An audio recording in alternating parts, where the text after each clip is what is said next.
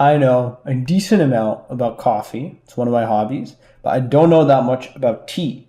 So that's what I'm going to do today. Starting with something super general, it can be a little bit tricky as well. It can be hard to know where to go and what exactly it is you want to look up, right? Like if you want to learn more, for example, about economics or something like that, figuring out that structure is an important part of it. So that's actually part of the challenge here. I'm just giving myself the prompt of tea, and I'm trying not to think about what I'm actually going to research, what I'm going to talk about, and how I'm going to organize the whole thing. So there you have it on my notepad. It's the very general topic of tea. You can see I'm starting off with an empty browser, and the timer set at 20 minutes. So 3, 2, 1, let's go.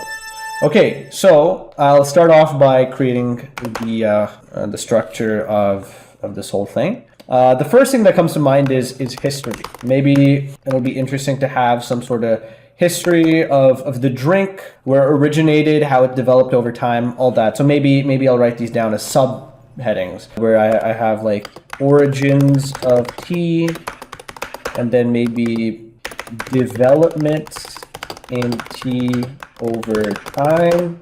Okay. Actually, you know what? I think history should not be the first section. I think I want an even more general overview. So I want to know, what is tea? And for the first bullet point here, we're going to do, like, where does it come from, let's say. And then how is it made? Maybe also, actually, beyond all this, we also want to know, what are the different kinds of tea? Okay, and then so what is tea? I think this is pretty good. Maybe I'll think of something else to add here. History, origins, developments, this is good. I can't think of anything else to go in history right now. I don't want to spend too long on this. So I'll go over to my last area, which is maybe, just another thing that comes to my mind is health effects. So maybe I'll do health effects as well, just because it's come to my mind. I don't know, maybe there is something else I should talk about that's more important, but anyway, health effects, maybe, yeah, how does tea affect the body? I guess like maybe we could talk about benefits and disadvantages. Okay, today I'm gonna become a tea person as well, okay? I'm gonna start Tea House Raza on top of Cafe Raza. It's gonna be the sequel. Now, I'm starting with what is tea, right? I'm gonna go in order here. So where does it come from? Yeah, maybe, okay, there's no better place to start than Wikipedia. So, okay, tea is an aromatic beverage. Yeah, of course, don't need them to be tea glazers over here. Prepared by pouring hot or boiling water over cured or fresh leaves of this. Okay, so this is what I want to know. It comes from leaves of Camellia sinensis, which is an evergreen shrub. And it's native to East Asia and probably originated in southwestern China and northern Myanmar. Okay, interesting. What else? There's also this other plant that it can be made from, but rarely. All right. So after plain water, tea is the most widely consumed drink in the world. That's interesting. I don't know where I would put that, though. Maybe I'll just put it down here. And yes, coffee's third. You have to pump those numbers up, all right? Tea has a stimulating effect in humans due to its caffeine contents. Okay, so it has caffeine in it. I don't know. Maybe I should have put a subheading for, like, what's in tea. But I don't know. Maybe I'll just put it over here. Okay, and how is it made? Oh, wait. Oh, this is where this was supposed to go. Pouring boiling water over cured or fresh leaves. Okay. Yeah, that's where that's supposed to go. Comes from... And I'll put it over here as well. Camellia sinensis, native to East Asia. Okay, that's fine. What are the different kinds of tea? For this, I think I might have to... Oh, this is interesting. I was going to say I'll look it up on a different website, but this is interesting. It breaks down different kinds of teas: white, yellow, green, oolong, black, and dark. Okay, so maybe I'll write these down. And I'll put a quick overview of what each one of these is. So white teas are wilted and unoxidized. Oh my goodness. You have to figure out what wilted means. Wilted and unoxidized. Let me scroll up here. Oh, wilt here. After picking, the leaves of C. sinensis soon begin to wilt and oxidize unless immediately dried. So what is wilting? It's the loss of rigidity of non-woody parts of plants. Okay, this might seem dumb because I understand, I know what wilting is visually. I'm just trying to figure out what the scientific process is of wilting, like what actually is happening on a chemical level or whatever. Okay, so wilting also serves to reduce water loss, makes the leaves expose less surface area. The rate of loss of water from the plant is greater than the absorption of water in the plant. Okay, so basically, let me just write this down first. Lose rigidity and die. Well, I mean, it's already dead. I don't know what death is for plants, but it looks dead. It looks more dead than it did before, okay? Wilting is when the plant lacks water, so it starts to lose rigidity. And then, is there anything else here? Lower water availability. Okay, I don't want to get too much into that. And then oxidizing, I know what oxidizing is. It's when something reacts with oxygen in the atmosphere. Wait, what is this? Redox? I'm going to ignore that. I'm going to just assume that I know what oxidizing is because I'm pretty sure I do. I wonder what effect does it actually have on the plants? Withering. Okay, so maybe it's also called withering. Chlorophyll in the leaf begins to degrade. Caffeine levels rise. Flavor and aroma volatiles? Wait, what? Oh, aroma volatiles develop in the leaves and grassy aromas dissipate. Interesting. Okay, so this is important. It's basically saying that caffeine levels up, flavor and aroma develops, and grassy aromas fade. Okay, I can draw on some of my coffee knowledge to expand on this as well, because I do know coffees are kind of like that as well. But I'll cover that when I actually talk. So then oxidizing, let me look at that. What effect does oxidizing have on tea leaves? Tea oxidation is a crucial step. I'm going to rely on Bing AI over here. Tea leaves are plucked, they begin to oxidize, right? Oh, okay, so oxygen reacting with enzymes specifically. When enzymes in the plant, I'll say that. Enzymes in the plant react with oxygen in the air. Makes sense. Okay, so during oxidation, catechins transform into whatever. These compounds contribute to the dark color and flavor of oxidized teas. Tomorrow oxidation releases different flavor profiles. Theophylline have distinct flavors compared to catechins, resulting in varied tastes in different teas. So what else can I get from here? Okay, so it's basically plant begins to brown, transforms flavor such that it's distinct. Okay, so, oh my goodness. I just wish there was like a straight up answer on, oh, okay. Here. This is what I want to know. Teas with less oxidation tend to be described as mellow, bright light. Okay, and more oxidation, I'm assuming, I haven't looked at the screen yet, it's like darker, earthier flavors or something. Robust, malty, and rich. Okay. That's all we need to know for now. White tea is wilted and unoxidized. What else do we need over here? Yellow tea is unwilted, unoxidized, but allowed to yellow. Okay, green tea is what? Green tea is unwilted and unoxidized. Oolong tea is wilted, bruised. I don't know, they have a vascular system. Wilted, bruised, and partially oxidized. Okay, I hope I don't have to look up every little thing. Bruising in tea. What is this? Bruising a tea making technique that breaks down the structure of leaf cells in order to promote oxidation of the tea leaves. Okay, let me see. How exactly did they do this though? It's done by tossing or tumbling the tea leaves in containers. Okay, that's what bruising is. Black tea is wilted, sometimes crushed, fully oxidized. Okay. And then dark tea is green tea that has been allowed to ferment. So green plus fermentation.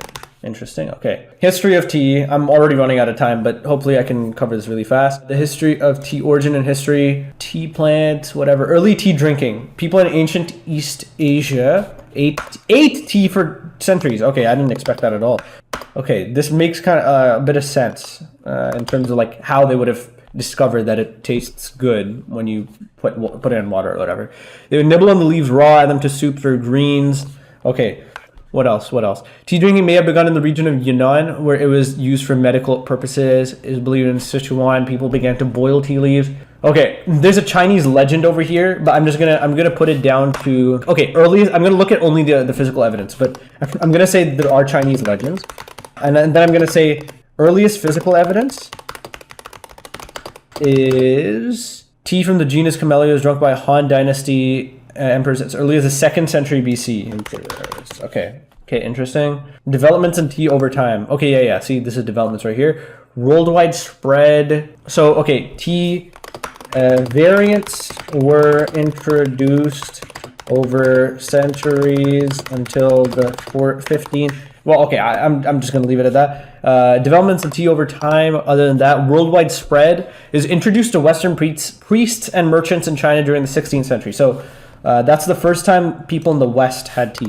Okay. The first recorded shipment of tea as a European nation was in 1607. I'm not going to include that for now. Let me see. Is there anything else interesting? Okay. And then, of course, I'm just going to say tea important in American Revolution. That was an accidental caps lock. I'm not that big of an American revolutionary. Not that excited about it. But okay, let's go to health effects for now. Maybe I'll come back to something else if time permits. Health effects of tea. Okay, I'm going to rely on a bit bigger of an article for this. So I'm just going to say health benefits of tea. And let's see if there's a dedicated article to this. I'm just going to rely on something that aggregates a lot of different information so that I'm not relying on a specific source that may be overruled, for example. Potential health benefits of tea. Okay, so let's write this down. Black tea have health benefits, so can be good for high cholesterol. Interesting. Reduce risk of hyperglycemia. This is also black tea.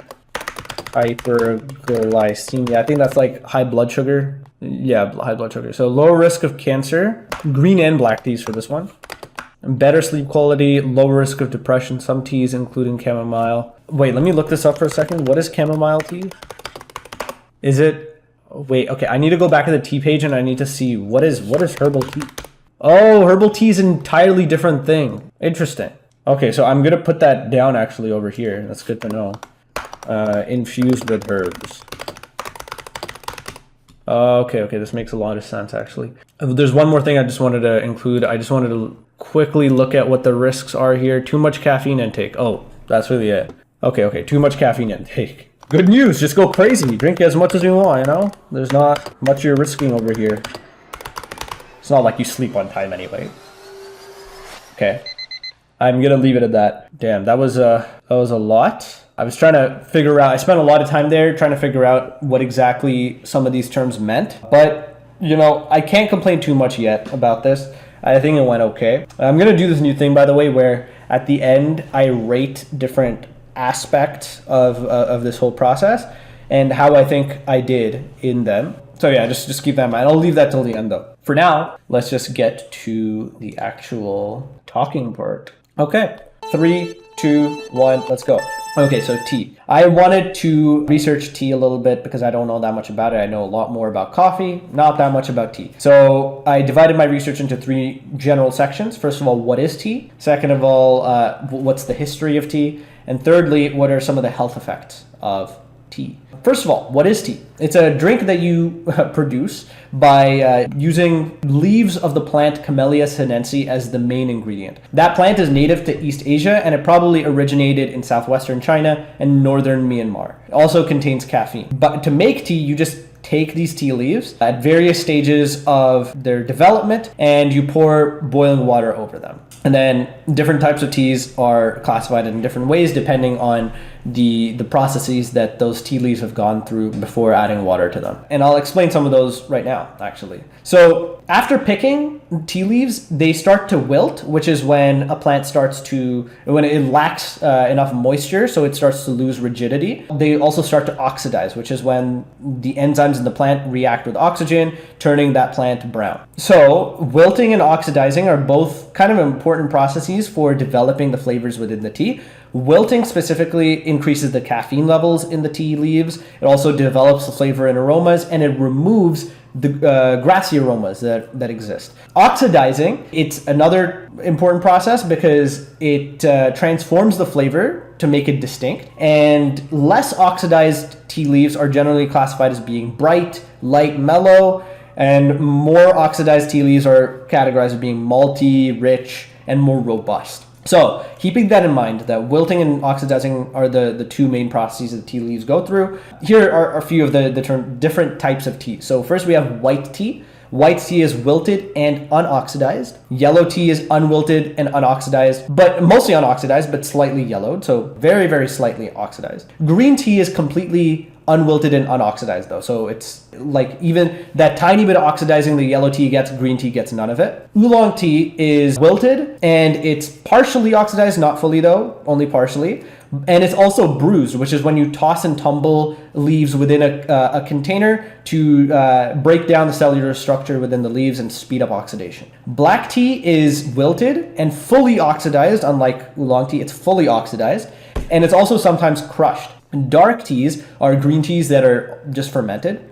And then herbal teas are a whole other classification of teas like chamomile, like echinacea, those kinds of teas that are one of these other types of teas, but they have herbs infused within them. Also interesting to know, by the way, is that teas are the most widely consumed drink around the world after water. So regarding the history of tea, I just wanted to cover this really quickly. Basically, there are people ate tea, like tea leaves raw, in ancient East Asia for hundreds or even thousands of years. And they used to either nibble them on them raw or add them to soups. And then there are Chinese legends that exist to explain when drinking tea became popularized. But in terms of physical evidence, the earliest physical evidence we have of drinking tea is the Han Dynasty emperors in the 2nd century BC. After that, over the next few hundred years, other variants of tea developed. Westerners first drank tea in the 16th century. They were priests and merchants that were visiting China. And of course, tea became much more important in the Western world, for example, in the UK and even in, as we know, the American Revolution. Regarding health effects, the health effects of tea are not extremely well understood. You know, there's to some extent limited evidence for the health effect. But in terms of what limited evidence we do have, we know there are 3 main benefits, and all of these are found in black tea specifically. One is that it can be good for high cholesterol, people with high cholesterol. Secondly, it can reduce risk of high blood sugar. And thirdly, it can also lower risk of cancer, which can also be found in green teas. And the main disadvantage of teas is just that people might drink too much caffeine. So, you know, if you have insomnia, probably not for you. There we go. Yeah, so there we go. I did it, barely. In terms of the actual research part, I think it was decent, but if I would give myself some criticism, I think one thing I want to do is I want to be able to, like, I like relying on Wikipedia because it's fast, but I want to be able to use a wide variety of sources and to also somehow develop a way to vet my sources, at least, very, very briefly and using, a very, I guess, expedited process to do that. But it's still something I want to do. So overall, in terms of the research process, I think it was decent. I would give it like a 6.5. It wasn't bad. I'm usually harsh with my rating, so anything over 5 is like net good, and anything under 5 is basically net bad. So I think it was still decent, but there's quite a lot of room for improvement for sure. So I'm gonna leave it at 6.5. The talking part, I think one thing I want to do is I want to make these flow more naturally. So I want to be able to have all my notes on the side, but not have to go directly like bullet point by bullet point, covering one talking point after another, right? I think I'm already good at not reading directly off the script, because it's not a script, right? Like I try to make sure I don't read it word for word, but I also want to make it so that I don't have my structure entirely dictated by what I've written down either. That can be a little bit tricky, I'm sure. And maybe my goals will develop and change over time, but that's what I'm thinking right now. So overall, I think the talking part was fine as well. I'd probably give it like another 6.5, maybe a 7. But probably leaning towards a 6.5 more than a 7. So yeah, I think it was decent. What do you think? What else should I do? I don't know. What's your favorite tea, I guess? I don't know. You have any tea? Drop your tea down there. Cool.